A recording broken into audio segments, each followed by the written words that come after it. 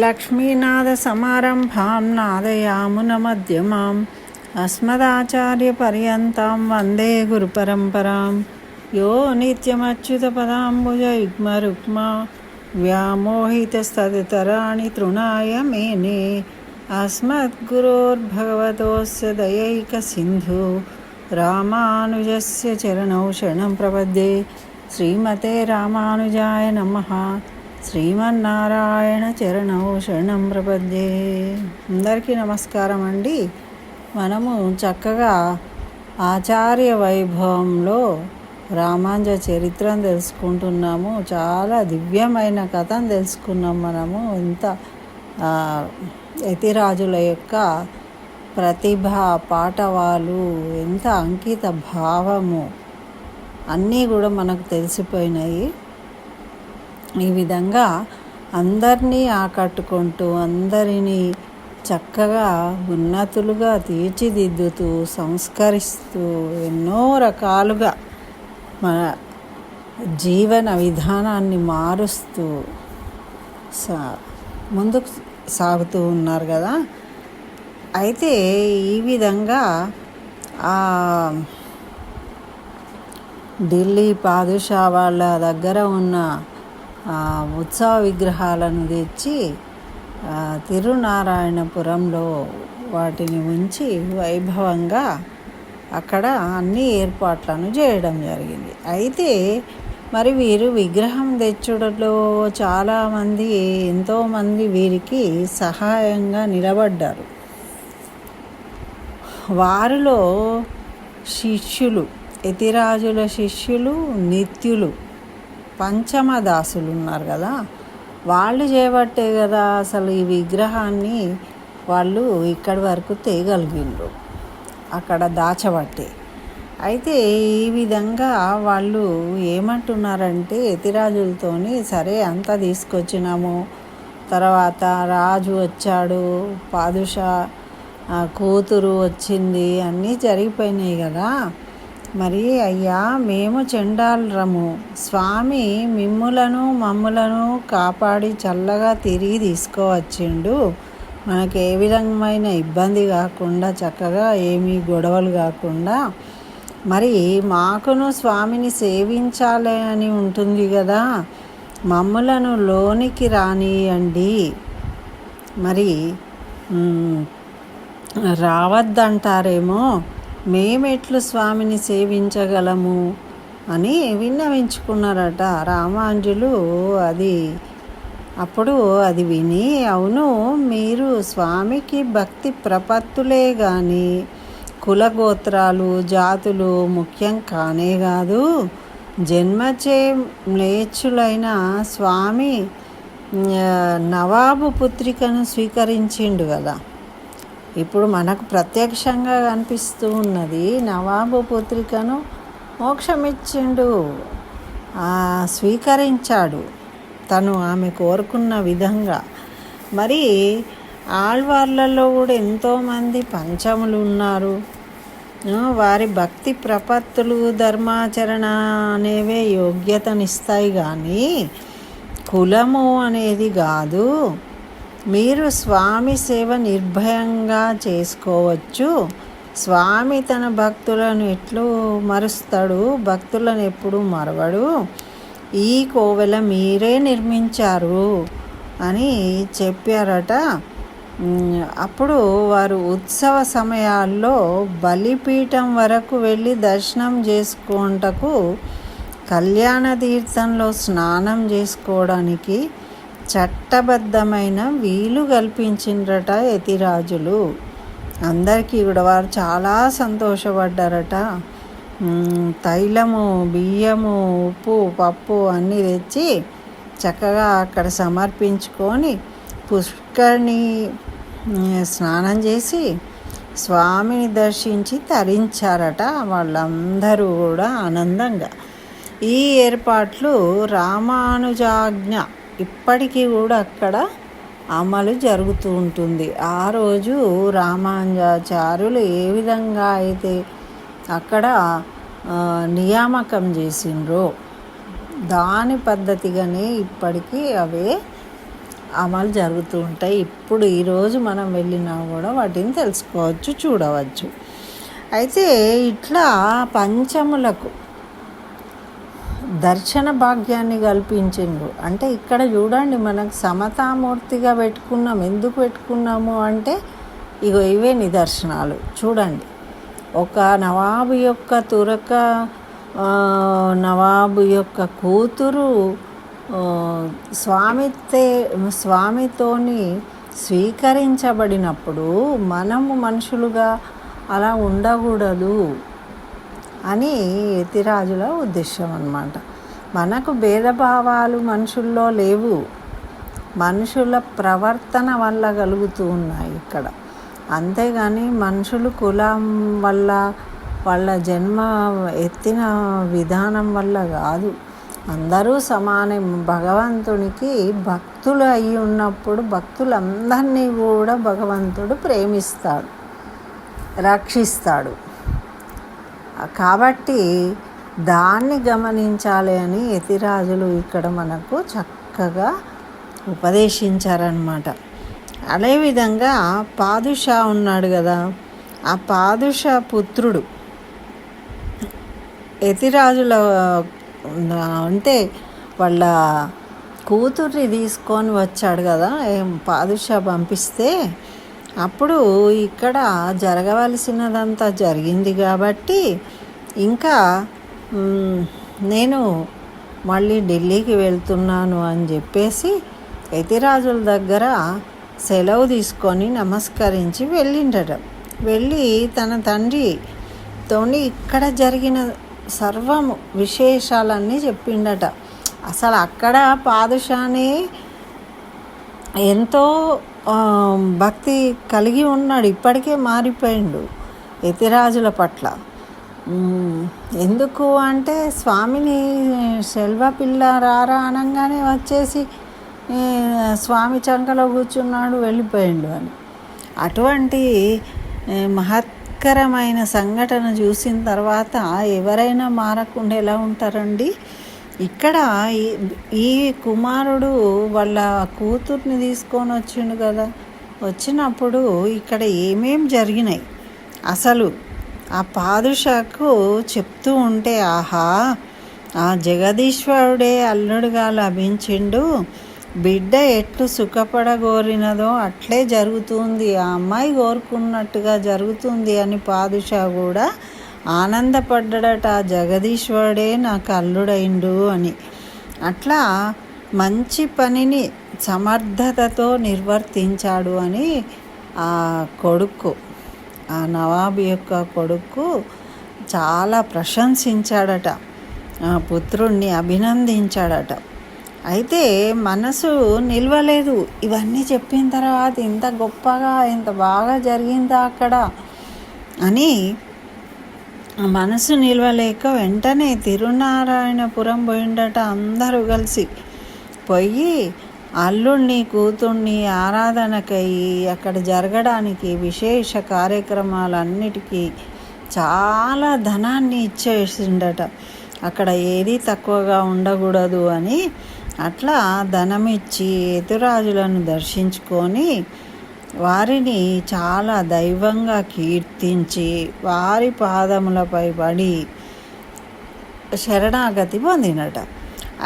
అయితే ప్రతి సంవత్సరం కూడా తాను బంధువులతో, అంటే వాళ్ళ బంధువులందరితోని కూడా తిరునారాయణపురం ఏగి అక్కడ ఉత్సవాలు దర్శిస్తారట.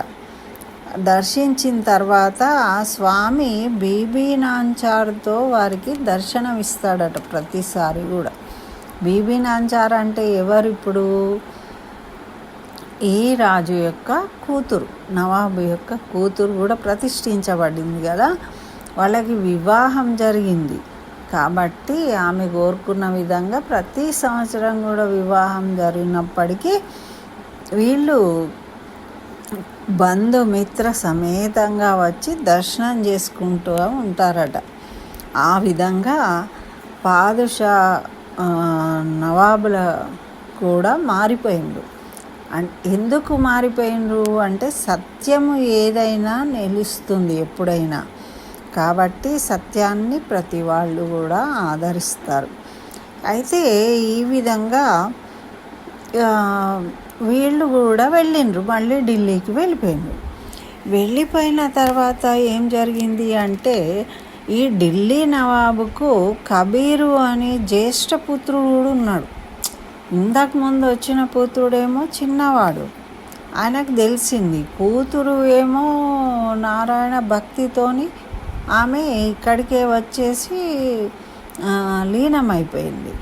మరి ఈ విధంగా ఆయనే ఈ నవాబు యొక్క పెద్ద కుమారుడి పేరట కబీరు. ఆయన ఏం చేసిండంటే, నా సోదరి స్వామి యందు ఐక్యమైపోయింది, నేను కూడా స్వామిని సేవించవలెను అని తలచిండట. అంటే అంత విశేషమైన స్వామి కదా, ఇన్ని రకాల మహిమలు చూపిస్తూ ఉన్నాడు, మనం కళ్ళతో చూస్తూ ఉన్నాము. కాబట్టి స్వామిని సేవించడమే సరి అయినది అని అనుకొని బయలుదేరి తిరునారాయణపురానికి వచ్చి స్వామిని సేవించుకున్నాడట.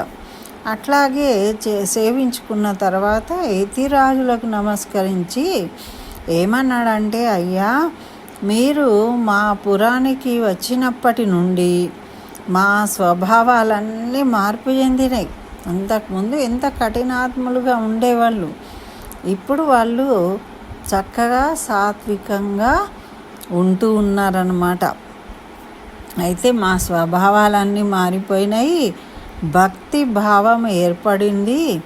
మరి నన్నేమి చేయమందురు, నేనేం చేయాలి అని అడిగిండట.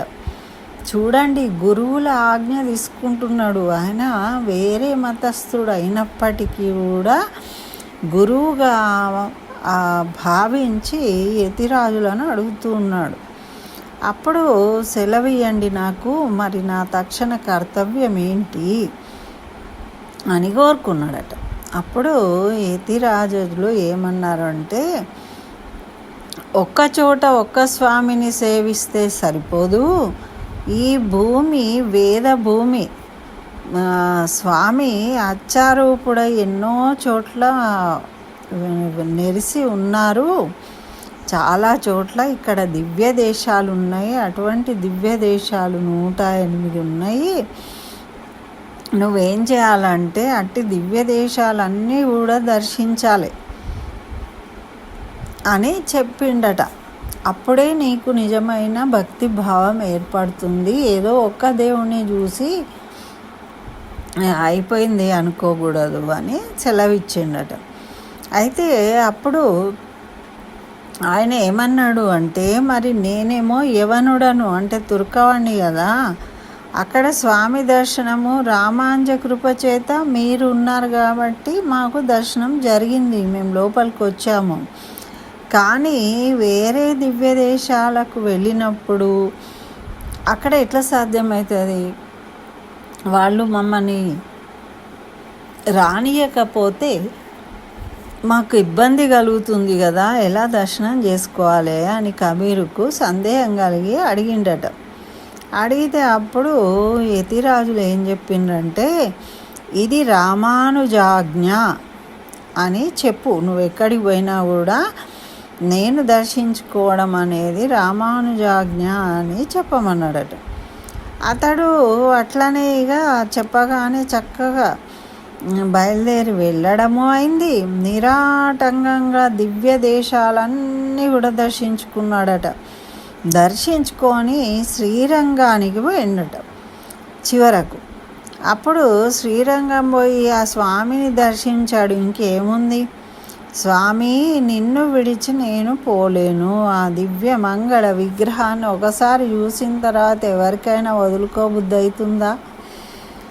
ఆ విధంగా ఈ కబీరు ఆ దివ్యమంగళ విగ్రహ రూపుడైన రంగనాథుణ్ణి దర్శించి, ఇక నేను ఎక్కడికి పోలేను, నాకు నిన్ను సేవించుకుంటూ ఉంటాను ఇక్కడనే, నాకు మోక్షం ఇయ్యమని ప్రార్థించిండట.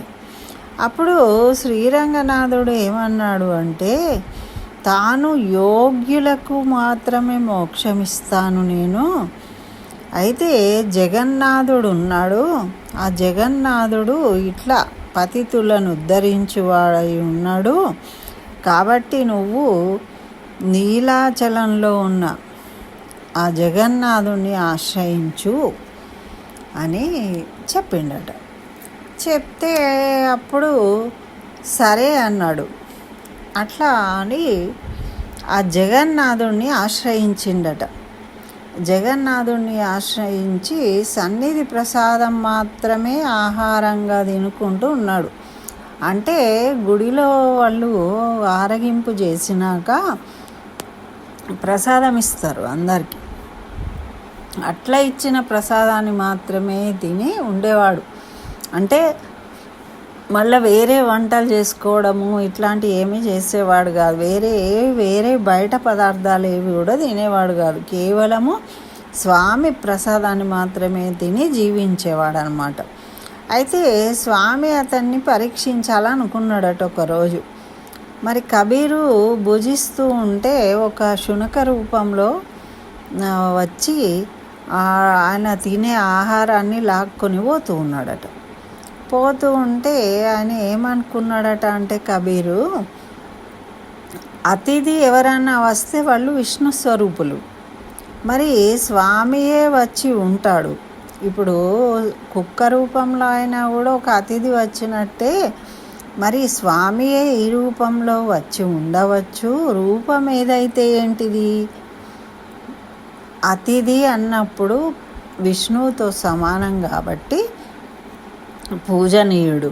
మరి భగవద్గీత యందు బ్రాహ్మణుడు, చండాలుడు, గోవు, ఏనుగు, కుక్క ఇవన్నిటిలో కూడా భగవంతుడు ఉన్నాడు ప్రతి చోట అని చెప్పిండు కదా.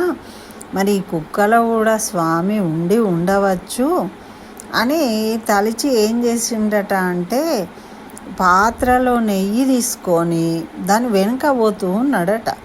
ఈయన ఏమంటుండట అంటే, వెళ్ళి శునకమా నిలుము, నెయ్యి వేసుకో, నెయ్యి లేకుండా ఆహారం కడుపు తింటే కనుక కడుపు నొస్తుంది. మనకు మానవులం మనం ఎట్లా అనుకుంటామో ఆ శునకాన్ని కూడా సమభావంతో వీరు భావించి మాట్లాడుతున్నారన్నమాట. అట్లా అరుస్తూ వెళ్తూ ఉన్నాడట. అట్లా కబీర్ యొక్క సృష్టి యందు అంటే సర్వ సృష్టి యందు సమభావం కలిగి ఉన్నారు అన్నమాట. చూపుతూ ఉన్నాడు. ఒక శునకం వచ్చినా విష్ణువుగా అనుకుంటున్నాడు. మరి దాని వెంట వెళ్తూ ఉన్నాడు కదా. అయితే వెళ్ళగా అది ఒక చోట నిలిచి శంఖ చక్ర గద అభయపాణి అయి జగన్నాథునిగా దర్శనమిచ్చిందట కబీరుకు. అక్కడ ఆ కబీర్ యొక్క అనన్య భక్తి ప్రేరితుడై స్వామిని స్తుతించిండు. ఈ విధంగా ఎప్పుడైతే జగన్నాథుడు దర్శనం ఇచ్చిండో అప్పుడు చాలా భక్తితోని స్తుతించిండట. మరి స్వామివారికి మోక్షం ఇచ్చిండు. ఇట్లా నారాయణుని కృపతో ఢిల్లీషుని కుటుంబమంతా కూడా తరించింది. ఈ విధంగా ముక్తులైనరట వాళ్ళు. అంటే చూడండి, అక్కడ పంచములను ఆహ్వానించారు, దర్శన భాగ్యాన్ని కలిగించారు. మళ్ళీ దాన్ని ఏదో ఒకరోజు కాదు, దాన్ని ఒక శాసనంగా చేసిండ్రు, నియమంగా ఇప్పటికి కూడా దాన్ని ఆచరిస్తూ ఉన్నారు. మరి అదేవిధంగా తురకలు అంటే మతము, కులము ఏది కూడా భగవంతుడికి అవసరము లేదు. మనిషిగా పుట్టిన వాని యొక్క భక్తి భావాన్ని బట్టే భగవంతుడు ఎవరైతే తన భక్తులు ఉంటారో వాళ్ళని రక్షిస్తాడు, దగ్గరికి రానిస్తాడు, వాళ్ళ వెంటనే ఉంటాడు, వాళ్ళు చెప్పినట్టుగా వింటాడు అని తెలియజేసిండ్రనమాట ఇక్కడ యతిరాజులు. మరి భగవంతుడు కూడా ఆ విధంగా వారిని కృప చూపెట్టిండు, దర్శనమిచ్చిండు చక్కగా. ఈ విధంగా వాళ్ళ కుటుంబం అంతా కూడా చక్కగా ముక్తులైందట. అయితే మరి యదుశైలము అంటే ఈ తిరునారాయణపురమే యదుశైలమట. దాని గురించి ఏం చెప్తూ ఉన్నారంటే, కృతయుగంలో సనత్కుమారుడు వైకుంఠాన్ని స్థాపించి పూజించిన చోటునకు నారాయణాద్రి అనే పేరున్నదట. సనత్కుమారుడు పూజించినప్పుడు ఆ ప్రదేశానికి నారాయణాద్రి అని పేరు. అదేవిధంగా త్రేతాయుగంలో దత్తాత్రేయుడు వేద పుష్కరిణి చెంత అధ్యయనం చేసి స్వామిని పూజించిండు. అక్కడే దాన్ని వేదాద్రి అన్నారు. మరి ద్వాపరంలోనేమో యాదవుడైన బలరాముడు అక్కడ స్వామిని అర్చించిండట. మరి దాన్ని యాదవాద్రి అనే నామాన్ని కలిగి ఉండే అప్పుడు. అంటే ఒక్కొక్క యుగంలో ఆ ప్రదేశానికి ఉన్న పేర్లు అన్నమాట ఇవి. దాన్నే ఇప్పుడు కలియుగంలో యతిరాజులు జీర్ణోద్ధరణ చేసి, అంటే యుగాలుగా ఉన్నప్పుడు అవి నశిస్తూ ఉంటాయి కదా, మళ్ళీ పునరుజ్జీవనం చేయాలి మనం. అట్లా అదే ప్రదేశంలో మళ్ళీ యతిరాజులు ఇప్పుడు తిరునారాయణపురం ఏర్పడిందనమాట, నిర్మించబడింది. మరి దానికే యదుశైలము అని పిలుస్తూ ఉన్నాం మనం ఇప్పుడు. దాన్నే నారాయణాద్రి అని కృతయుగంలో ఉండే కదా, మరి ఇప్పుడేమో మనము దాన్ని యదుశైలము అనే నామంతో పిలుస్తూ ఉన్నామన్నమాట. అయితే ఈ రామాంజల కృపయ వల్ల ఏమైంది, ఆ యదుశైలం అంటే కొండలు గుట్టలు ఉరవతలు ఉంటూ ఉంటాయి కదా, అటువంటి ప్రదేశంలో మళ్ళీ ఉద్ధరింపబడి రామాంజలం రావడం వల్ల అక్కడ ఊరు ఏర్పడింది ముందు. తర్వాతనేమో నగరంలాగా మారిపోయిందట. చాలామంది వచ్చి అక్కడే నివసించడం వల్ల పెద్ద నగరం అయిపోయింది. మరి భక్త సమూహానికి అంతు లేకుండా ఉంది. అందరూ భక్తులు అయిపోయినరు. యతిరాజుల బోధనలు విని వారి ప్రభావం వల్ల అందరూ కూడా తప్పించుకోలేకపోయారు. వారి ప్రభావం వల్ల అటువంటిది వారి భాషణం, వాళ్ళ బోధనలు. కాబట్టి అక్కడ అందరూ భక్తులైపోయినరట. మొత్తం మంది భక్తులైపోయి స్వామికి ఎట్లా చేస్తున్నారు అంటే నిత్యోత్సవాలు, వారోత్సవాలు, పక్షోత్సవాలు, మాసోత్సవాలు, ఇట్లా నిత్య కళ్యాణం పచ్చతోరణంగా జరుగుతూ ఉన్నదట వైభవంగా. మరి వచ్చిన వాళ్ళందరూ పుష్కరిణి స్నానం చేయడము, స్వామిని దర్శించుకోవడము, యతిరాజుల యొక్క మంగళాశాసనాన్ని పొందడము.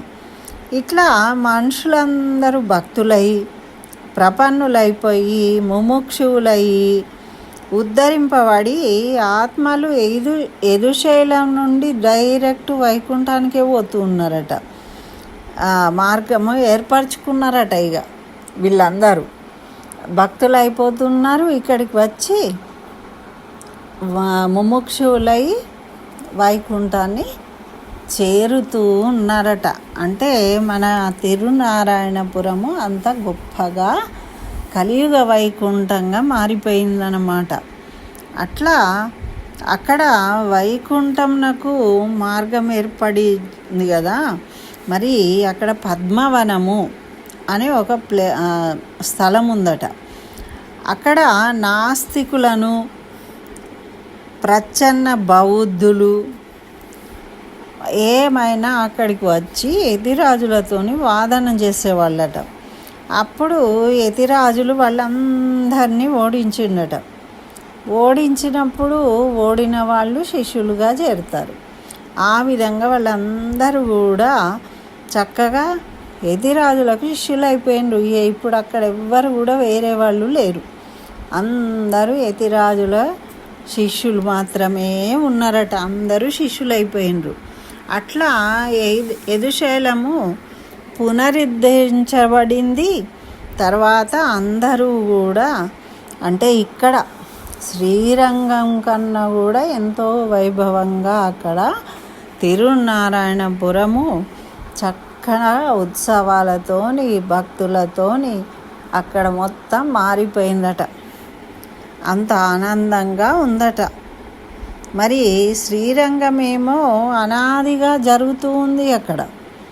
మరి యదుశైలంలోనేమో ఇక్కడ రామాంజుల చేత పునరుద్ధరింపబడింది. ఇప్పుడు ఆ విధంగా తిరునారాయణపురము మేల్కోటని సంస్కరించారు, పునరుద్ధరించారు. అక్కడ వాళ్ళందరినీ తరింపజేసిండ్రు మన యతిరాజులు. మరి దీని తర్వాత మరి ఆ శ్రీరంగం ఎలా ఉంది, అక్కడ ఏం జరిగింది, మరి వీరైతే వచ్చేసిండ్రు, ఇక్కడ వైభవంగా ఇలా జరుగుతుంది, మరి అక్కడ ఏం జరిగింది అనేది మనము నెక్స్ట్ వీడియోలో తెలుసుకుందాము. స్వస్తి. జై శ్రీమన్నారాయణ. సర్వం శ్రీకృష్ణ చరణారవిందార్పణమస్తు.